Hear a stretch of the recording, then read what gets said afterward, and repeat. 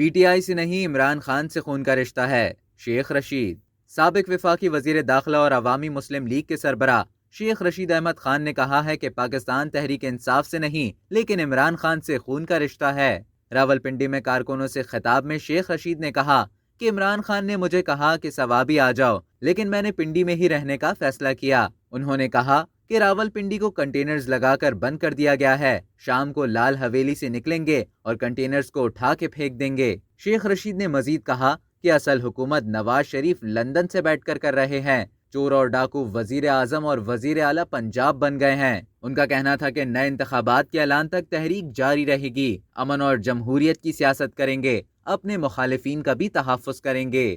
اب تک کے لیے اتنا ہی۔ مزید خبروں اور نیوز اپڈیٹس کے لیے ڈیلی جنگ کو سبسکرائب کریں اور بیل آئیکن پر کلک کریں تاکہ تازہ ترین ویڈیوز کا نوٹیفیکیشن آپ کو بروقت موصول ہو۔